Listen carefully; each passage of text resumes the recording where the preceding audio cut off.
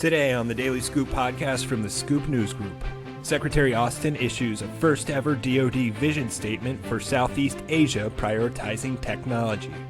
And the Energy Department has a new Deputy CIO. It's Monday, November 25th, 2024. Welcome to the Daily Scoop podcast, where you'll hear the latest news and trends facing government leaders. I'm the host of the Daily Scoop podcast, Billy Mitchell. Thanks so much for joining me. One quick housekeeping note before we get started. With the Thanksgiving holiday on Thursday and many of you in the federal tech space off the day before and after Turkey Day, the Daily Scoop will have episodes only on Monday and Tuesday this week. We'll be back to our regular programming Monday, December 2nd.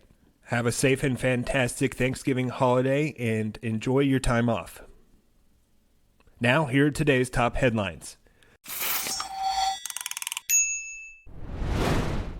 Last week, during a summit with Asian military leaders and their international partners, U.S. Secretary of Defense Lloyd Austin unveiled a first-of-its-kind vision statement outlining the United States' near-term plans for deepening cooperation and accelerating modernization with allies in the region. The Secretary and his delegation presented their U.S. Department of Defense vision statement for a prosperous and secure Southeast Asia on Thursday at the Association of Southeast Asian Nations Defense Ministers Meeting Plus.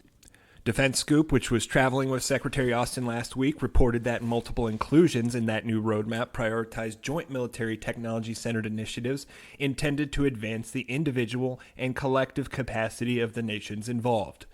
A defense official told DefenseScoop on the sidelines of the summit that the vision statement sets out DOD's commitment to Southeast Asia and shows what the department is doing and will do with its partners to make the vision a reality. The spokesperson said that the framework is, quote, future-focused, including work in emerging fields such as cybersecurity, which are key to a more prosperous and secure Southeast Asia. In the document, policy officials highlight a range of actions the U.S. government has pursued since 2005 to invest and help enable the Indo-Pacific's regional security architecture, including delivering more than $17 billion in foreign military sales to ASEAN member states and conducting 40 bilateral and multilateral exercises with Southeast Asian nations on an annual basis to drive interoperability and support readiness across roughly 30,000 forces involved.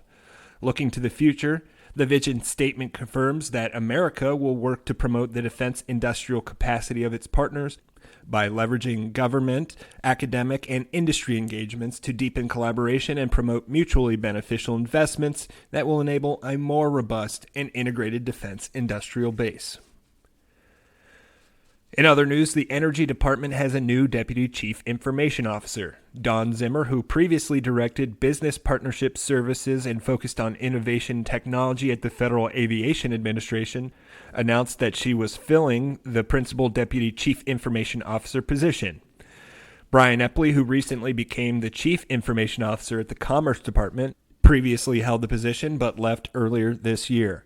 Ann Duncan serves as DOE's Chief Information Officer currently, but is set to leave at the end of the Biden administration. Zimmer, as Principal Deputy CIO, would assume the role of Acting CIO at that time. For more news at the intersection of the federal government and technology, make sure to visit fedscoop.com. Thanks so much for tuning in to another episode of the Daily Scoop podcast, available on all podcast platforms. If you've already rated the podcast on your platform of choice, thanks so much. High ratings and good reviews of the show help more people to find it. The Daily Scoop podcast is a production of the Scoop News Group in Washington, D.C. Adam Butler and Carlin Fisher help put the show together, and the entire Scoop News Group team contributes. We'll be back tomorrow with more top headlines. Until then, I'm your host, Billy Mitchell. Thanks so much for listening.